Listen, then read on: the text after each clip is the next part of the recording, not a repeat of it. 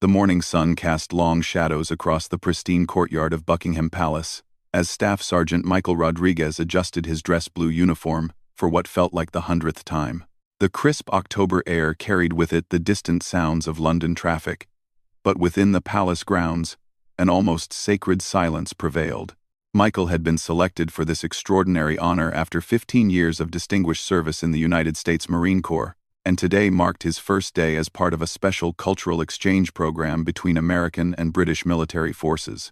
Standing at 6 feet 2 inches with shoulders that seemed carved from granite, Michael embodied everything the Marines represented. His dark eyes held the quiet intensity of a man who had seen combat in Afghanistan and Iraq. Yet today, they reflected something different. A mixture of pride, nervousness, and profound respect for the historic moment he was about to experience. The polished brass buttons on his uniform caught the morning light as he walked through the palace corridors, guided by a British liaison officer who had been assigned to help him navigate the complex protocols of royal service. The exchange program was the brainchild of military strategists on both sides of the Atlantic, designed to strengthen the already robust relationship between American and British forces. Only 12 Marines had been selected from thousands of applicants, and Michael's record spoke for itself. He had earned a Purple Heart during his second deployment to Afghanistan, led rescue operations that saved dozens of lives, and demonstrated the kind of leadership that made superior officers take notice. But nothing in his military experience had prepared him for the surreal nature of standing guard at one of the world's most famous palaces. As they approached the main ceremonial area, Michael's guide, Captain James Whitmore of the British Army, began explaining the intricate details of royal protocol. The captain was a thin, precise man with a clipped accent that spoke of generations of military service. His family had served the crown for over 2 centuries, and he took his role as guardian of tradition very seriously indeed. The Queen's Guard rotation occurs every 2 hours during the day, Captain Whitmore explained, his voice carrying the authority of absolute certainty. Each guardsman must maintain perfect posture, remain completely silent unless directly addressed by a superior officer, and under no circumstances may they acknowledge tourists or members of the public. The uniform must be immaculate at all times, and any deviation from protocol is considered a serious breach of duty. Michael nodded, absorbing every word. He had studied the manual extensively during his preparation, but hearing it spoken with such reverence made the responsibility feel even more weighty. The red tunics and tall black bearskin hats of the Queen's Guard had become symbols recognized around the world, representing centuries of British military tradition and unwavering dedication to the monarchy. They paused outside the guardroom, where Michael could see several British soldiers preparing for their shifts. The room buzzed with quiet efficiency as uniforms were inspected, weapons were checked, and last-minute instructions were given. The atmosphere was professional but relaxed, the easy camaraderie of soldiers who had served together for years evident in their interactions. "Your counterpart today will be Guardsman Thomas Ashford," Captain Whitmore continued. "He's been with the Coldstream Guards for 8 years and knows the routine better than anyone. He'll be your partner during the ceremony, and I trust you'll both maintain the highest standards of military bearing." As if summoned by the mention of his name, Thomas Ashford emerged from the guard room. At first glance, he appeared to be everything Michael expected from a British Royal Guard. His red tunic was perfectly pressed, every button gleaming, and his bearskin hat sat at precisely the correct angle. But as their eyes met for the first time, Michael sensed something unexpected, a coolness that went beyond mere professional reserve. Thomas was slightly shorter than Michael, but carried himself with the rigid posture that came from years of ceremonial duty. His pale blue eyes seemed to take in every detail of the American Marine's appearance, cataloging and perhaps finding fault with what he saw. There was something in his expression that suggested he viewed Michael's presence as more than just an addition to the guard detail, perhaps as an intrusion into something sacred and traditionally British. "Guardsman Ashford," Captain Whitmore said formally, "this is Staff Sergeant Rodriguez. He'll be joining you for today's ceremony." Thomas snapped to attention and offered a crisp salute, but Michael noticed that his acknowledgement was purely mechanical. There was no warmth in his greeting, no welcoming gesture that might have been expected between military professionals. Instead, Thomas seemed to be studying Michael with the intensity of someone trying to solve a problem. "Sir," Thomas replied, his voice carrying the clipped precision of his training, "I understand the American will be observing our procedures today." The word, observing, hung in the air with particular emphasis, and Michael felt the subtle sting of dismissal. This wasn't going to be the collaborative experience he had anticipated. Captain Whitmore either didn't notice the tension or chose to ignore it, continuing with his briefing about the day's schedule and the specific duties that would be required. The preparation ritual began in earnest as both men were led to the uniform inspection area. Michael had brought his own dress blues, but he was also required to don certain elements of the traditional guard uniform for ceremonial purposes. As he watched Thomas methodically check every aspect of his own kit, Michael began to appreciate the almost obsessive attention to detail that the role demanded. Every button had to be positioned exactly. Every crease had to fall at the precise angle, and every piece of equipment had to be spotless and functional. Thomas moved through his routine with the mechanical precision of someone who had performed these same actions thousands of times. But Michael noticed that he kept glancing over, as if checking to see whether the American could meet the same exacting standards. The weight of the bearskin hat surprised Michael when he first put it on. Made from the pelt of a Canadian black bear, it stood 18 inches tall and weighed nearly 2 pounds. The chin strap felt strange after years of wearing lightweight military headgear, and the hat's height changed his entire perspective on the world around him. But more than the physical discomfort was the psychological weight of wearing something that represented such a long and storied tradition. As they prepared to take their positions, Captain Whitmore gathered both men for final instructions. The ceremony would last exactly 2 hours, during which time they would stand motionless at their posts, regardless of weather conditions, tourist behavior, or any other distractions. They were representing not just their respective military services but the enduring alliance between two great nations. "Remember," the captain said, looking directly at Michael, "you are not just wearing a uniform today. You are becoming part of a tradition that stretches back over 300 years. Every guardsman who has stood these posts has understood that they are temporarily entrusted with something larger than themselves."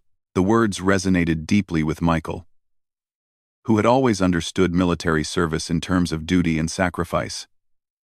But as they walked toward their posts, he couldn't shake the feeling that Thomas viewed his participation as something closer to sacrilege than honor. The British guardsman moved with the confident stride of someone who belonged, while Michael felt like he was walking into a test that he might not be prepared to pass. The tourists were already gathering as they approached the main entrance. Hundreds of people from around the world had come to witness the famous changing of the guard, their cameras ready to capture images of the stoic figures who would soon take their positions. Michael had been warned about the tourist behavior, the constant attempts to make the guards smile, laugh, or break character in any way, but seeing the eager faces pressed against the palace railings made the reality more immediate. As they took their positions on either side of the main entrance, Michael felt the full weight of expectations settling on his shoulders.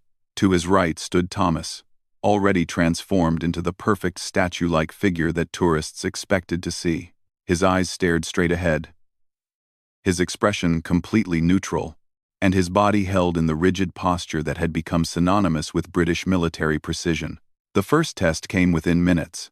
A group of American tourists recognized Michael's different uniform style and began calling out questions about his role in the ceremony. Their voices grew louder as they realized he wasn't responding, and soon they were practically shouting in an attempt to get some kind of reaction. Michael maintained his composure, but he could sense Thomas's disapproval radiating from beside him like heat from a furnace. The morning progressed with a steady stream of tourists, each group bringing their own energy and expectations to the encounter. Some were respectful, content to observe and photograph from a distance. Others pushed boundaries, trying increasingly creative ways to provoke a response from the motionless guards. Children made faces, teenagers attempted jokes, and adults sometimes engaged in behavior that bordered on harassment. Through it all, both men remained perfectly still, but Michael began to sense a subtle competition developing between them. Thomas's posture seemed to become even more rigid, his stillness more complete, as if he were demonstrating the proper way to perform the role. Every slight adjustment Michael made, a blink, a barely perceptible shift of weight, seemed to be noted and catalogued as evidence of his inadequacy. The tension reached a crescendo when a particularly aggressive group of tourists began making loud comments about American military involvement in various global conflicts. Their words were clearly intended to provoke a response, and Michael felt his jaw tighten involuntarily. Years of combat experience had taught him to compartmentalize emotions, but defending his country's honor while standing helpless and silent proved to be one of the most difficult challenges he had ever faced.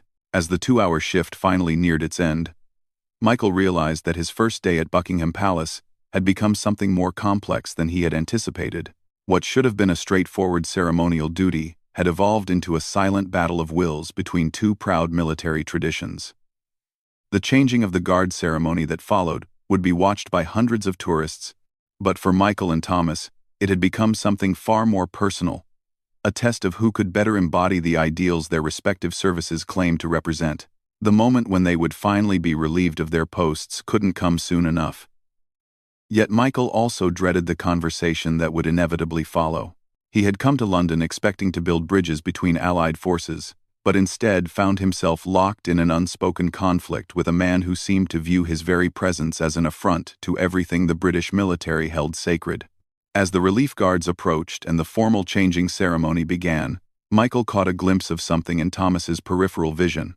A slight narrowing of the eyes that suggested their silent standoff was far from over. Whatever had begun between them during those 2 hours of motionless duty had established a dynamic that would define their remaining time together, and Michael began to suspect that his greatest challenge at Buckingham Palace would not be mastering the intricacies of royal protocol, but proving himself worthy of respect from a British guardsman who had already decided that some traditions should never be shared with outsiders.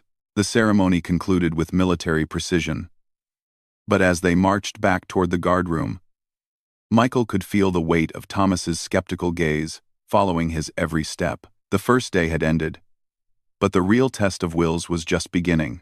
The barracks at Wellington Barracks hummed with the quiet efficiency of soldiers settling into their evening routines.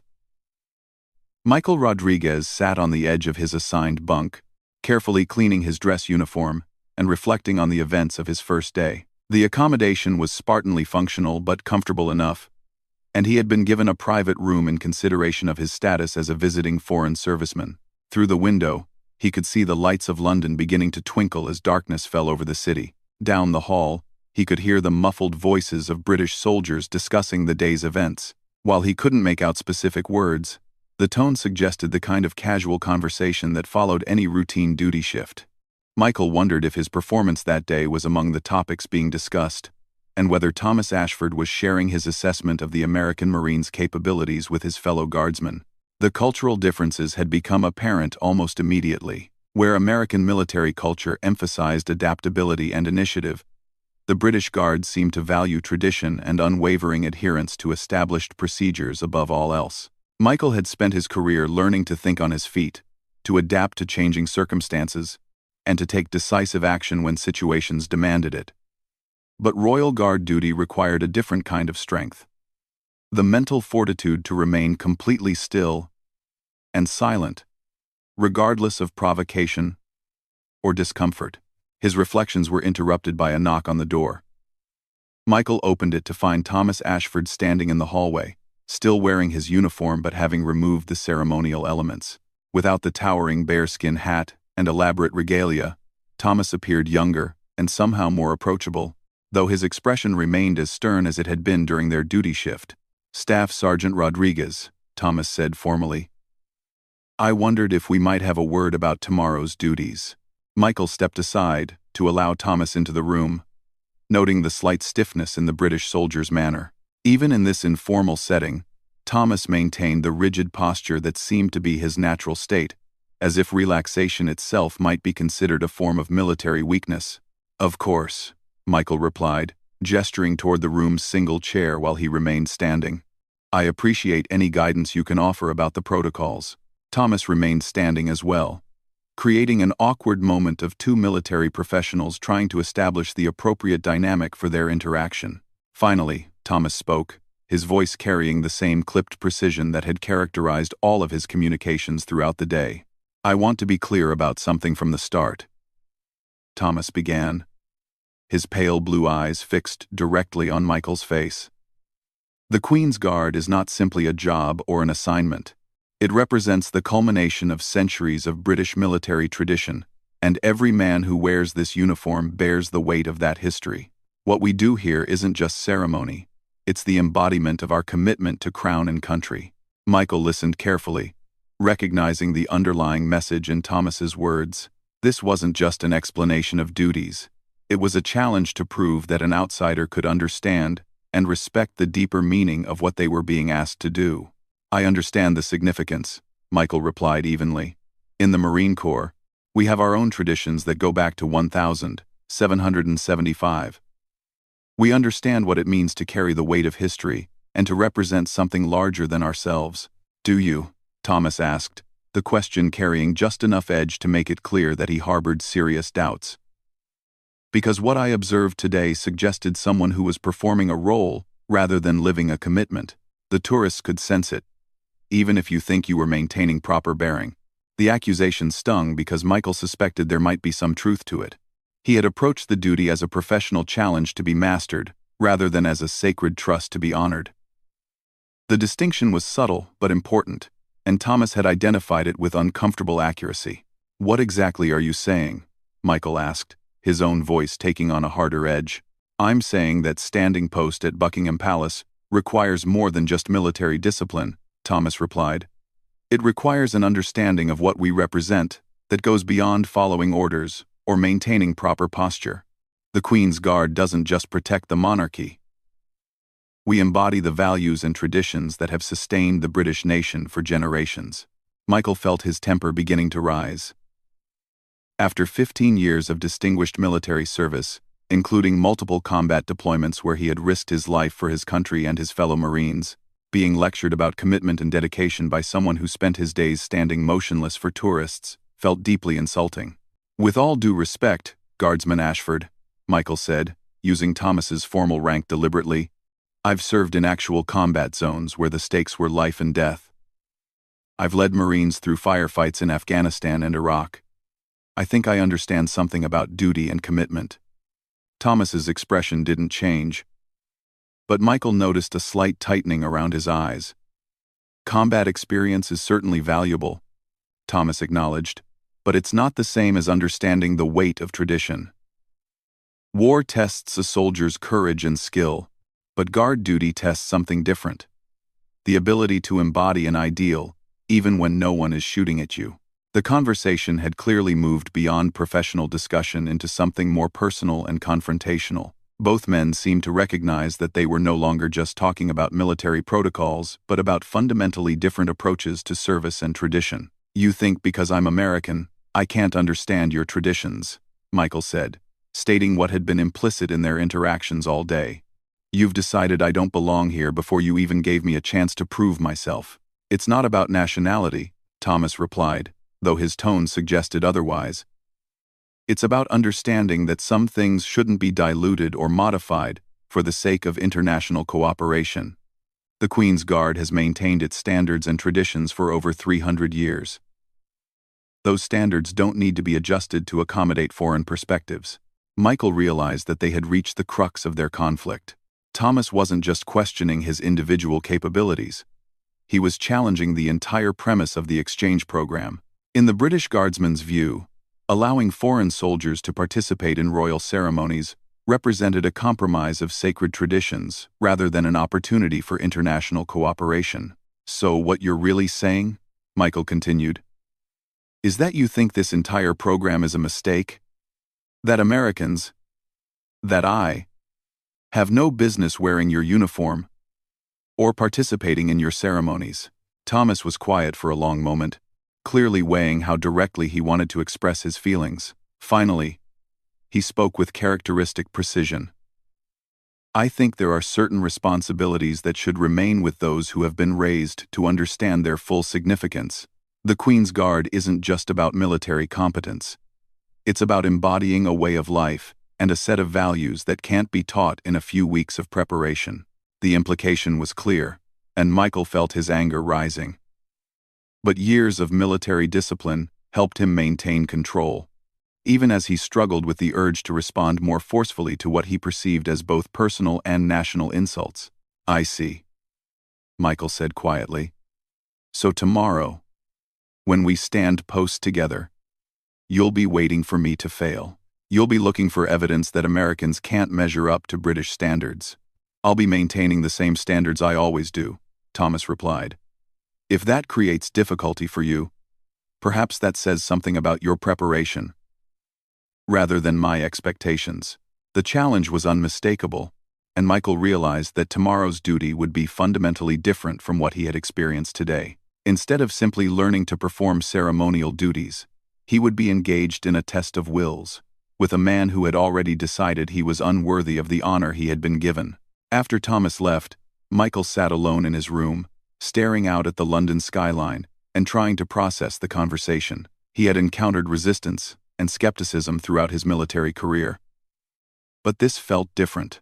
Thomas wasn't questioning his technical competence or his courage. He was challenging his right to participate in something that the British guardsmen considered sacred and inviolable. The next morning arrived grey and drizzly, typical October weather for London. As Michael prepared for his second day of duty, he found himself paying even more attention to every detail of his appearance and equipment. If Thomas was looking for evidence of American inadequacy, Michael was determined not to provide it. The preparation ritual in the guardroom carried a different atmosphere than the previous day. While the other British soldiers continued their professional routines, Michael noticed subtle glances and quiet conversations that seemed to center on his presence. Word had apparently spread about the exchange program, and not everyone seemed pleased about the development. Thomas arrived precisely on time, his uniform immaculate and his bearing as rigid as ever. He acknowledged Michael with a formal nod, but offered no greeting or conversation. The message was clear. Their interaction would be strictly professional, with no hint of the camaraderie that typically developed between soldiers serving together. Captain Whitmore briefed them on the day's specific requirements, including a longer ceremonial duty that would test their endurance and discipline. The weather forecast called for intermittent rain throughout the morning, which would add another layer of challenge to maintaining proper bearing while remaining completely motionless. As they walked toward their posts, Michael noticed that Thomas moved with even greater precision than the previous day, as if every step were being performed for evaluation. The British guardsman's posture was so perfect it seemed almost mechanical, and his facial expression had achieved a level of neutrality that bordered on the supernatural. Taking their positions, flanking the main entrance, both men settled into the familiar routine of motionless vigilance. But today, Michael could sense a different quality to Thomas's presence beside him. Where yesterday had felt like parallel duty, today felt like direct competition. Every aspect of their performance would be measured against each other, and both men seemed grimly determined to prove their superiority. The tourists arrived in larger numbers than the previous day, perhaps drawn by word of mouth about the American soldier participating in the ceremony. Their behavior was more aggressive as well, with many attempting increasingly creative ways to provoke reactions from the guards. Flash photography erupted constantly, and the noise level rose as competing groups tried to attract attention. Through it all, both men maintained perfect stillness, but Michael began to notice subtle differences in their techniques. Thomas seemed to breathe so slowly that his chest barely moved, while Michael found himself occasionally taking deeper breaths to maintain his oxygen levels. Thomas's eyes remained fixed on a distant point with unwavering focus, while Michael occasionally needed to blink or make tiny adjustments to his gaze. The competition became more apparent as the morning progressed. When tourists made particularly loud or obnoxious comments, both men seemed to stiffen their resolve even further, as if each were trying to demonstrate superior mental toughness. When the intermittent rain began falling, neither man showed any reaction to the water dripping from their hats and running down their faces, but Michael could sense Thomas cataloging every minute reaction or adjustment he made. The most challenging moment came when a group of British tourists began making pointed comments about American foreign policy and military actions. Their words were clearly intended to provoke a response from Michael, and he felt his muscles tense involuntarily as they questioned everything from American involvement in the Middle East to the competence of American military leadership. Thomas remained motionless beside him, but Michael could sense something that felt almost like satisfaction radiating from the British guardsman. This was exactly the kind of test that Thomas had been anticipating. A moment when Michael's American identity would conflict with the requirements of his duty, potentially causing him to break character or reveal some inadequacy. But Michael's combat experience had taught him to compartmentalize emotions even under extreme stress. He had learned to function effectively while under fire, to maintain focus while watching friends get wounded, and to follow orders even when every instinct told him to act differently. Standing silently while tourists insulted his country was difficult, but it was not beyond his capabilities. As the duty shift finally neared its end, Michael realized that he had passed Thomas's first real test. He had maintained proper bearing throughout increasingly difficult circumstances, and he had not given the British guardsman the satisfaction of witnessing an American failure. But he also understood that this was just the beginning of what promised to be an ongoing battle of wills between two proud military traditions. The third day dawned bright and clear, with autumn sunlight streaming through the windows of Wellington Barracks. Michael Rodriguez had spent another restless night analyzing his interactions with Thomas Ashford, trying to understand the deeper currents of resistance he was encountering. The British guardsman's hostility seemed to run deeper than simple professional skepticism. It felt personal, almost visceral, as if Michael's very presence represented some fundamental threat to everything Thomas held sacred. During breakfast in the mess hall, Michael noticed the subtle social dynamics among the British soldiers. They were professional and polite to him, but there was a clear sense that he remained an outsider despite sharing their duties. Conversations would pause when he approached, resume in slightly more formal tones during his presence, and return to their natural rhythm after he moved away. It wasn't overtly hostile, but it reinforced his sense of being tolerated rather than welcomed. Thomas entered the mess hall precisely at 7:30, as had apparently been his habit for years. He moved through the serving line with mechanical efficiency, selected his breakfast with minimal conversation, and sat at a table with 3 other guardsmen who had clearly been expecting him. Michael watched from across the room as Thomas spoke in low tones with his colleagues, noting the occasional glances directed his way. One of Thomas's companions was Guardsman Patrick Morrison, a red-haired Scotsman whose family had served in Highland regiments for generations. Morrison had been polite but distant during their brief interactions, treating Michael with the kind of professional courtesy reserved for temporary visitors who would soon depart and be forgotten. The second was Guardsman James Henley, a quiet man from Yorkshire, whose grandfather had served in the same regiment during World War II. The third was Lance Corporal David Webb, who seemed to serve as something of a mentor to the younger guardsmen, and carried himself with the confidence of someone whose opinion mattered within the unit's social hierarchy. As Michael finished his breakfast and prepared to leave for the morning briefing, he overheard fragments of conversation from Thomas's table that made his suspicions about the topic of discussion feel well-founded. Words like standards and tradition drifted across the room, along with references to temporary arrangements and maintaining proper protocols. While nothing explicitly hostile was said, the tone suggested that not everyone was pleased with the ongoing exchange program. The morning briefing revealed that today's duty would be particularly challenging. A group of foreign dignitaries was scheduled to visit the palace, which meant extended periods of motionless duty under heightened scrutiny from both tourists and officials. Captain Whitmore emphasized that the day's performance would reflect not just on the individual guards, but on the reputation of the entire regiment. "Gentlemen," the captain said, his gaze moving deliberately between Michael and Thomas, "today's duties will require the highest standards of military bearing. Our visitors include military attachés from several allied nations, and they will be observing our ceremonies with professional interest. Any deviation from protocol will be noted and reported through diplomatic channels." The message was clear. Today would be a test not just of individual performance, but of the exchange program's overall success. Michael felt the weight of expectations settling on his shoulders, knowing that his performance would be seen as representative of American military capabilities more broadly. As they prepared for duty, Thomas's routine seemed even more meticulous than usual. Every element of his uniform was inspected multiple times. Every piece of equipment was checked and rechecked, and his movements carried the precision of someone performing for an audience of critics. Michael matched his preparation step by step, determined not to provide any ammunition for those who doubted American standards. The walk to their posts felt different today. Thomas maintained his usual perfect posture, but there was something in his bearing that suggested heightened awareness of the stakes involved. Other guards they passed offered subtle nods of encouragement to Thomas while acknowledging Michael with polite but neutral expressions. The message was clear. The British soldiers would be rooting for their colleague to outshine the visiting American. Taking their positions at the main entrance, both men settled into what had become a familiar routine, but with an intensity that reflected the day's heightened significance. The tourists were already gathering in larger numbers, apparently aware that something special was scheduled to occur. Camera crews from several news organizations had set up equipment, and Michael realized that their performance would likely be broadcast to audiences around the world. The first test came earlier than expected. A group of retired British military officers arrived as part of the dignitary tour, and their examination of the guards was both professional and thorough. Michael could feel their eyes cataloging every aspect of his bearing, looking for evidence that American standards might fall short of British expectations.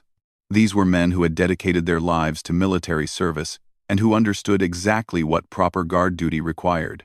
One of the retired officers, a silver-haired colonel with decades of service ribbons on his civilian suit, spent several minutes studying both guards with the intensity of someone conducting a formal inspection. His gaze moved from their posture to their equipment, from their facial expressions to their breathing patterns, noting every detail that might reveal something about their training and dedication.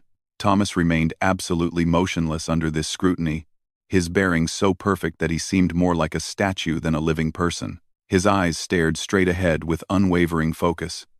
His breathing was so controlled as to be nearly invisible, and his facial expression achieved a level of neutrality that suggested complete mental discipline.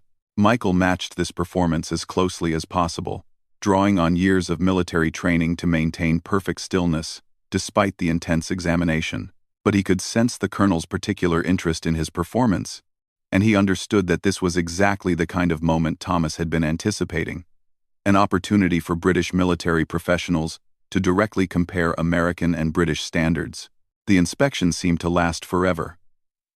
But finally, the retired officers moved on to examine other aspects of the palace security arrangements. As they departed, Michael caught a glimpse of their expressions, which seemed to suggest grudging approval rather than the criticism he had feared. But he also noticed Thomas's slight reaction to their departure, a barely perceptible relaxation of tension that suggested even the British guardsman had felt the pressure of the moment. The morning progressed with a steady stream of official visitors, each bringing their own level of scrutiny to the guard's performance. Military attachés from various allied nations photographed the ceremony.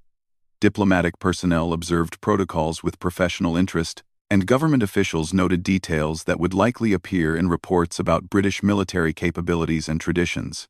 Through it all, both men maintained their positions with unwavering discipline. But Michael began to notice subtle signs of the competition that was developing between them. Thomas seemed to be pushing the boundaries of human stillness, maintaining a level of motionless perfection that bordered on the supernatural. His breathing became so controlled that his chest barely moved. His eyes seemed to lock onto a distant point with laser-like focus, and his posture achieved a rigidity that made him appear carved from stone. Michael found himself unconsciously trying to match these standards, pushing his own discipline to new levels, as he attempted to prove that American training could produce results equal to British traditions. The competition was unspoken but intense, with both men seemingly determined to demonstrate the superiority of their respective military cultures. The most challenging moment came when a group of American tourists recognized Michael's different uniform and began calling out questions about his role in the ceremony. Their voices grew progressively louder as they attempted to get his attention, and soon they were practically shouting questions about American military traditions, his background, and his experiences serving alongside British forces. Michael maintained his silence and stillness, but he could sense Thomas's heightened attention to his reaction. This was exactly the kind of test the British guardsman had been waiting for. A moment when Michael's national identity might conflict with the requirements of guard duty, potentially causing him to break character or reveal some inadequacy in his training. The American tourists' behavior became increasingly inappropriate as they realized they weren't getting a response. They began making jokes about American military stereotypes, questioned whether Americans could maintain the same standards as British soldiers, and generally behaved in ways that reflected poorly on their country. Michael felt his jaw tighten involuntarily. But years of military discipline helped him maintain his composure, even as he struggled with the urge to defend his nation's honor. But Thomas's reaction to this incident revealed something unexpected. As the American tourist's behavior became more obnoxious, Michael noticed a subtle shift in the British guardsman's bearing. While Thomas maintained his perfect posture and discipline, there was something in his peripheral awareness that suggested disapproval of the tourist's conduct, rather than satisfaction at Michael's discomfort. When a particularly loud American tourist began making crude jokes about British military traditions, Michael saw Thomas's jaw tighten almost imperceptibly. The British guardsman's eyes remained fixed on their distant focal point, but his expression seemed to harden in a way that suggested he found the tourist's behavior as offensive as Michael did. The moment passed as palace security personnel quietly encouraged the disruptive tourist to move along. But it left both guards with a new awareness of each other. For the first time since they had begun working together, they had shared a common reaction to external circumstances rather than competing against each other. As their duty shift approached its end, Michael realized that something fundamental had shifted in his relationship with Thomas. The British guardsman's hostility hadn't disappeared, but it seemed to be evolving into something more complex. The morning's events had demonstrated that both men shared certain values that transcended national boundaries: respect for military tradition, commitment to professional standards, and intolerance for behavior that demeaned their service. The changing of the guard ceremony proceeded with perfect precision, both men executing their movements with the synchronization that came from intensive training and mutual awareness of the stakes involved. As they marched back toward the guardroom, Michael noticed that Thomas's rigid posture seemed slightly less defensive than it had been in previous days. In the guardroom, as they began the process of returning their equipment and preparing for the next shift, Thomas spoke for the first time since their formal greeting that morning. "The colonel who examined us earlier," Thomas said quietly, "served with American forces during the Gulf War. He mentioned afterward that your bearing was acceptable." The word acceptable, coming from Thomas, felt like high praise, given his previous expressions of doubt about American capabilities. Michael understood that this was as close to an acknowledgement of competence as he was likely to receive from the British guardsman. "At least for now." "Thank you," Michael replied simply, recognizing that elaborate responses would be inappropriate for the moment. As they continued their post-duty routine, both men seemed to be processing the day's events and reconsidering their initial assessments of each other. The competition between them hadn't disappeared, but it had evolved into something more nuanced than simple antagonism. They were beginning to recognize that their shared commitment to military excellence might be more important than their cultural differences. But Michael also understood that this was just another step in what promised to be a long process of mutual evaluation. Thomas's resistance to his presence hadn't disappeared overnight, and tomorrow would bring new challenges and opportunities for both men to prove themselves worthy of the traditions they were sworn to uphold. The standoff between them was far from resolved, but it was beginning to transform into something that might eventually resemble mutual respect. The fourth day began with an unexpected development that would test both Michael and Thomas in ways neither had anticipated. Captain Whitmore called them into his office early, before the regular briefing, with news that would fundamentally alter the dynamic of their relationship and force them to confront the real meaning of their service together. "Gentlemen," the captain began, his usual crisp demeanor tinged with something that looked like concern, "we've received intelligence about a potential security threat during today's ceremonies. Nothing specific or immediate, but enough to warrant heightened vigilance and modified protocols." Michael felt his combat instincts immediately engage. After years of deployment in active war zones, the transition from ceremonial duty to potential threat assessment felt natural and familiar. He found himself automatically cataloging escape routes, defensive positions, and potential vulnerabilities in the palace's security arrangements.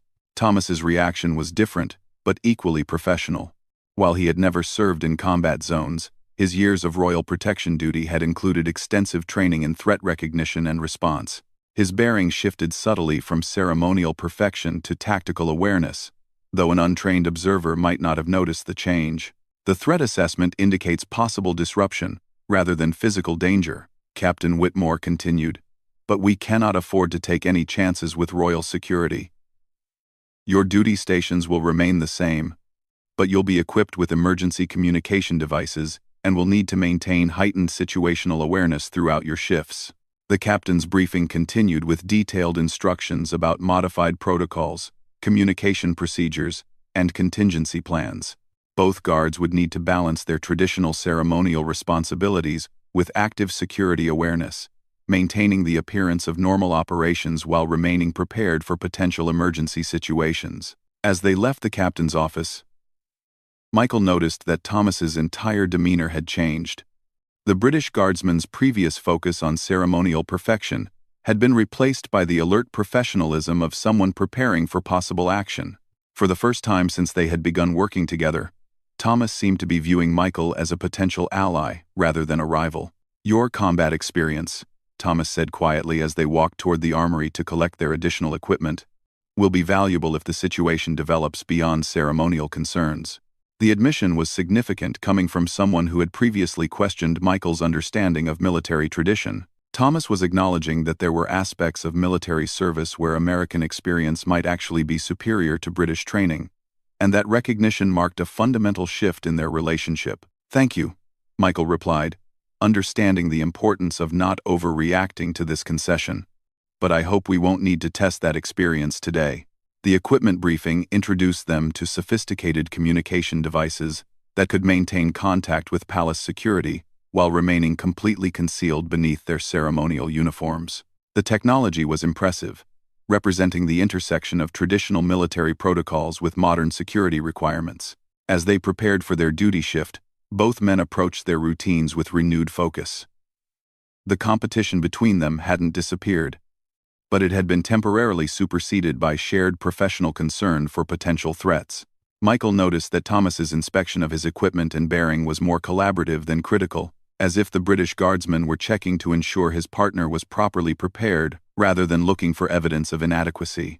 Taking their positions at the main entrance, both guards settled into what had become their familiar routine, but with an entirely different quality of awareness underlying their stillness. While they maintained the appearance of ceremonial duty, both men were actually conducting constant threat assessment of their surroundings, cataloging potential problems, and monitoring communication channels for updates. The tourists arrived in their usual numbers, but today both guards were studying faces and behavior patterns with professional interest rather than simply enduring their presence. Michael's combat experience proved valuable as he automatically identified individuals whose behavior or positioning might indicate hostile intent, while Thomas's knowledge of normal tourist patterns helped him recognize anomalies in crowd behavior. The first sign of potential trouble came midway through their shift, when palace security reported unusual activity in the surrounding area. Groups of protesters were gathering at several locations around London, apparently planning some kind of demonstration that might target government or royal facilities. The threat remained vague and unspecific, but it was enough to elevate security protocols throughout the palace complex. Both guards received the updated intelligence through their concealed communication devices, and Michael noticed Thomas's almost imperceptible shift to higher alert status. The British guardsman's eyes began moving in subtle scanning patterns while maintaining the appearance of ceremonial fixity, and his posture adjusted slightly to optimize reaction time while preserving traditional bearing. Michael matched these adjustments, drawing on years of experience, maintaining operational readiness while conducting routine duties. In Iraq and Afghanistan, he had learned to remain vigilant for threats while performing mundane tasks, and those skills translated surprisingly well to the requirements of modified guard duty. The tension escalated when a group of agitated individuals approached the palace gates carrying signs and shouting slogans about British foreign policy. While protests were common around government buildings, this group's behavior seemed more aggressive than usual, and their movement patterns suggested some level of coordination rather than spontaneous demonstration. Palace security personnel moved to intercept the protesters before they could reach the main entrance, but the incident required both guards to maintain perfect ceremonial bearing while remaining prepared for potential escalation. Michael felt the familiar combination of alertness and controlled calm that had served him well in combat situations, while Thomas demonstrated that his ceremonial training included preparation for security contingencies. The protesters were eventually moved away from the immediate area, but their presence had created an atmosphere of tension that affected both guards and tourists. Michael noticed that Thomas seemed to be reassessing his previous assumptions about American military capabilities, perhaps recognizing that combat experience provided skills that ceremonial training alone could not develop. The most challenging moment came when one of the protesters broke away from the main group and attempted to approach the guards directly. The individual appeared agitated and was shouting questions about British military involvement in various international conflicts, clearly trying to provoke some kind of reaction that could be used for propaganda purposes. Palace security moved quickly to intercept the individual, but for several tense minutes both guards had to maintain perfect stillness while a potentially unstable person shouted accusations and challenges within a few feet of their positions. Michael's training in dealing with hostile civilians proved valuable, as he remained completely unmoved by the verbal assault, while Thomas demonstrated that British guards were equally capable of maintaining discipline under pressure. As the individual was led away by security personnel, Michael caught Thomas glancing at him with what looked like newfound respect. The British guardsman had witnessed firsthand how American military training prepared soldiers to deal with threats and maintain composure under pressure, and this observation seemed to be altering his assessment of Michael's overall capabilities. "Well handled," Thomas said quietly during a brief moment, when they were not under direct observation by tourists or security cameras. The words were simple, but they represented a significant acknowledgement from someone who had previously questioned every aspect of Michael's performance. Thomas was beginning to understand that military competence could take many forms, and that American approaches to service might complement rather than compete with British traditions. The remainder of their shift passed without major incident, but the heightened security awareness had fundamentally changed the dynamic between them. Instead of competing to prove their individual superiority, they had begun working as a team to ensure effective security while maintaining ceremonial standards. The transition felt natural and professional, suggesting that their previous antagonism had been based more on unfamiliarity than fundamental incompatibility. During their post-duty debriefing, Captain Whitmore commended both guards for their performance under challenging circumstances. The captain noted that they had successfully maintained ceremonial protocols while demonstrating appropriate security awareness, exactly the kind of professional flexibility that modern royal protection required. "Today's events," the captain said, looking directly at both men, "demonstrated that effective guard duty requires both traditional discipline and tactical awareness. You both performed admirably under circumstances that tested different aspects of your training." As they walked back toward the barracks, Thomas seemed more relaxed than Michael had ever seen him. The British guardsman's rigid posture remained perfect, but there was something in his manner that suggested a reduction in the tension that had characterized their previous interactions. "Your experience with hostile civilians," Thomas said as they approached the entrance to Wellington Barracks, "was evident today. That kind of training isn't part of standard ceremonial preparation." Michael recognized this as both a compliment and an admission that American military experience included elements that British ceremonial training might lack. "Different experiences prepare us for different challenges," he replied diplomatically. "Your knowledge of palace security protocols was just as valuable." The conversation marked another step in the evolution of their relationship, from antagonistic competition to professional collaboration. They were beginning to recognize that their different backgrounds and training might actually complement each other rather than create irreconcilable conflicts.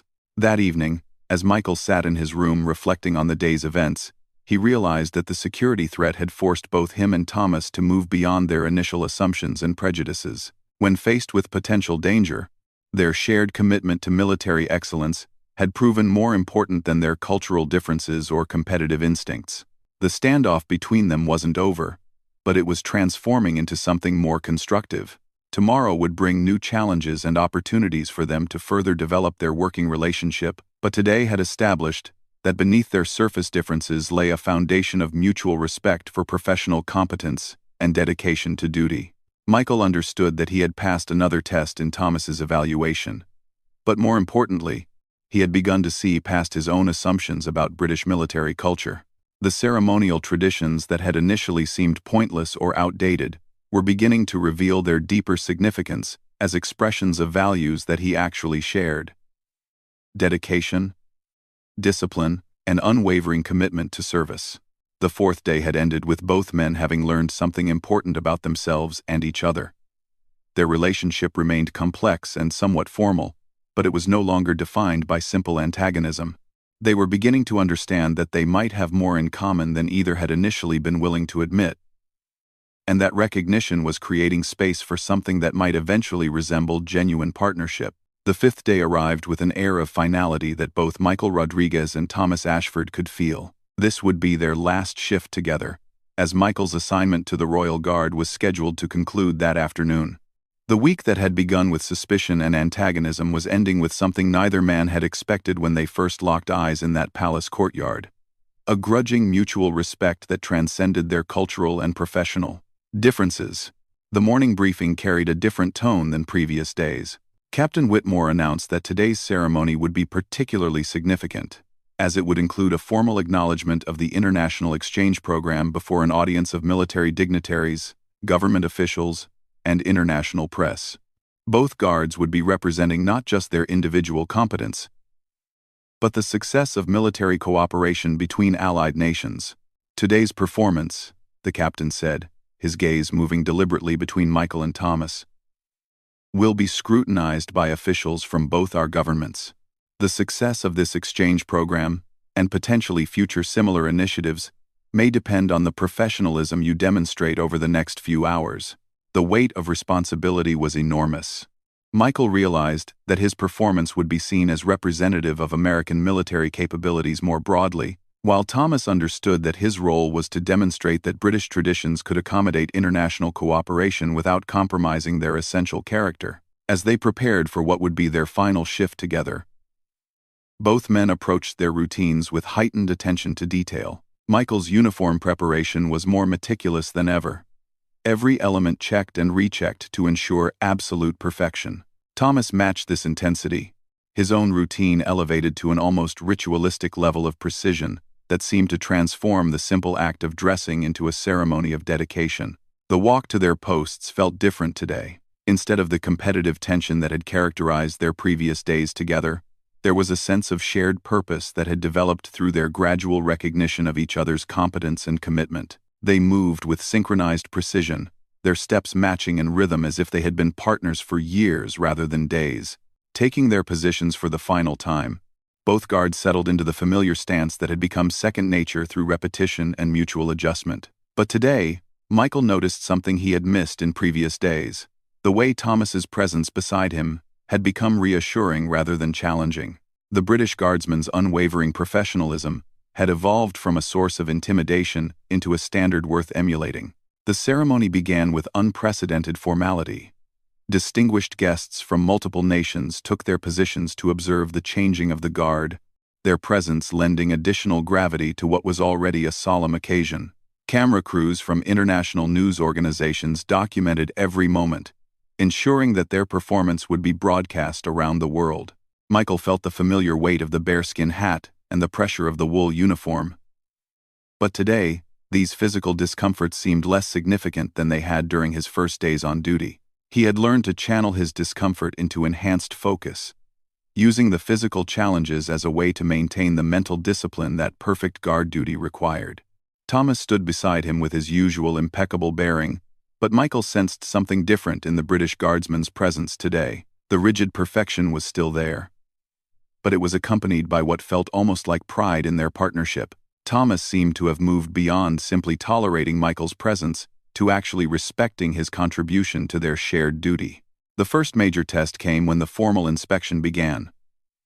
A group of senior military officers from both British and American forces conducted a detailed examination of both guards, their scrutiny even more intense than what Michael had experienced during previous days. These were individuals whose opinions would influence policy decisions about future military cooperation, and their assessment would carry weight far beyond the immediate ceremony.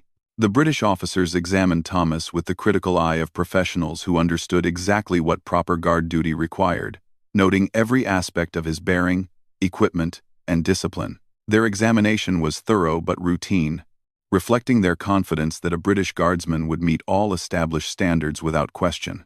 The American officers' examination of Michael was equally detailed but carried additional significance. They were assessing not just his individual performance, but the wisdom of allowing American personnel to participate in British ceremonial duties. Their judgment would help determine whether similar exchange programs would be expanded or discontinued. But the most meaningful moment came when the officers crossed over to examine each other's guards. The British officers studied Michael with the same professional intensity they had applied to Thomas, while the American officers evaluated Thomas's performance with equal thoroughness. This cross-examination created a unique opportunity for direct comparison between American and British military standards. Michael maintained perfect stillness under this scrutiny, drawing on everything he had learned during his week of service to demonstrate that American training could produce results worthy of British traditions. Every element of his bearing reflected the intensive preparation he had undertaken and the gradual refinement of his techniques through daily practice and observation of Thomas's example. Thomas underwent his examination by American officers with equal composure, his performance demonstrating that British ceremonial training produced soldiers capable of meeting any reasonable standard of military excellence. His bearing remained flawless throughout the inspection, reflecting years of dedicated service and deep understanding of his responsibilities. As the formal inspection concluded, Michael noticed subtle signs of approval from the examining officers. Their expressions suggested satisfaction rather than criticism, and their quiet conversations seemed to focus on positive observations rather than identified deficiencies. Both guards had apparently met or exceeded the standards expected of them. The ceremony continued with extended periods of motionless duty as various dignitaries were given opportunities to observe and photograph the guards. Michael found himself settling into a state of enhanced awareness that combined perfect physical stillness with heightened consciousness of his surroundings and responsibilities. Beside him, Thomas maintained his own perfect discipline. But Michael began to notice subtle signs of what might have been satisfaction with their partnership. The British guardsman's breathing seemed slightly more relaxed than in previous days, and his overall bearing suggested confidence in their joint performance, rather than anxiety about potential American inadequacy. The most challenging moment of the entire week came when they were required to execute a complex ceremonial movement that required perfect coordination between partners. This was the ultimate test of their ability to work together, demanding not just individual competence, but seamless collaboration between soldiers from different military traditions. The movement began with a precisely timed turn that required both guards to pivot simultaneously while maintaining perfect posture and bearing. Michael had practiced this maneuver extensively, but executing it under pressure while wearing full ceremonial kit and being watched by hundreds of observers was entirely different from training exercises.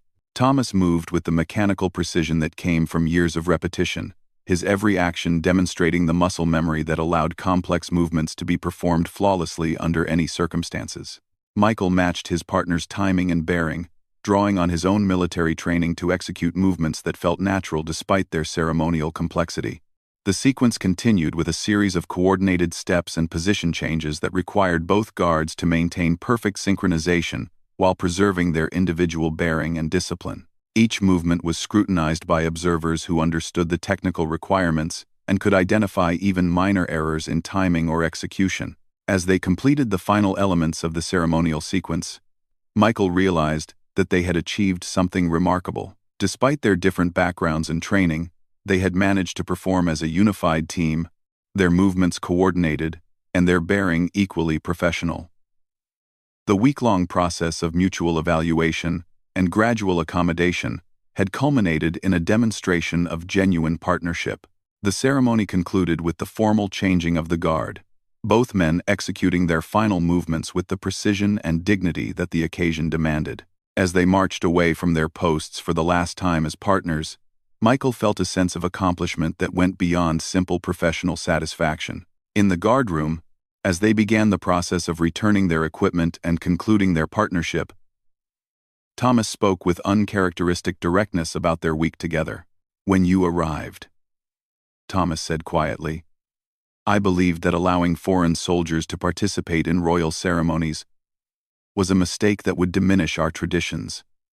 I was wrong." The admission was extraordinary, coming from someone who had initially viewed Michael's presence as an intrusion into sacred British territory. Thomas was acknowledging not just Michael's individual competence, but the value of international cooperation in maintaining military excellence. "I learned as much from watching you as you learned from our protocols," Michael replied honestly. "Your dedication to tradition taught me things about military service that I hadn't understood before." Both men recognized that their relationship had evolved far beyond what either had expected when they first met. They had moved from mutual suspicion through competitive testing to eventual recognition that their different approaches to military service were complementary rather than conflicting. Captain Whitmore's final evaluation confirmed what both guards already understood. Their partnership had succeeded in demonstrating that military excellence could transcend national boundaries and cultural differences. The exchange program would be expanded based on their example, and future cooperation between American and British forces would be enhanced by the foundation they had established. As Michael prepared to leave Wellington Barracks and return to his regular duties, Thomas offered something that felt like genuine friendship rather than mere professional courtesy. "If you're ever stationed in London again," Thomas said, "I hope we'll have the opportunity to serve together. There's more I could learn from your experience, and perhaps more I could share about our traditions." The invitation represented a complete transformation from the hostility that had characterized their initial interactions. Thomas was acknowledging Michael not just as a competent soldier but as someone whose friendship and collaboration he would value in the future. Their final handshake was brief but meaningful, representing the mutual respect that had developed through 5 days of intensive testing and gradual recognition of each other's worth. Both men had learned that military excellence could take many forms, and that true professionalism involved the ability to recognize and appreciate competence regardless of its cultural origins. As Michael walked away from Buckingham Palace for the final time, he reflected on how completely his understanding of British military culture had evolved. What he had initially seen as pointless ceremony had revealed itself as the expression of values he actually shared: dedication, discipline, and unwavering commitment to service. The traditions that had seemed alien had become familiar, and the guardsman who had initially appeared to be an adversary had become something approaching a friend. The standoff that had begun with two proud soldiers locked in silent competition had ended with a recognition that their shared commitment to military excellence was more important than their cultural differences. Both men had been changed by the experience. Their understanding of military service broadened by exposure to different traditions and approaches to the common goal of professional excellence. The week at Buckingham Palace had concluded, but the relationship between Michael Rodriguez and Thomas Ashford would continue to influence their respective careers and their understanding of what it meant to serve their countries with honor and distinction. They had discovered that true military professionalism transcended national boundaries and that the highest traditions of military service could be enhanced rather than diminished by international cooperation and mutual respect.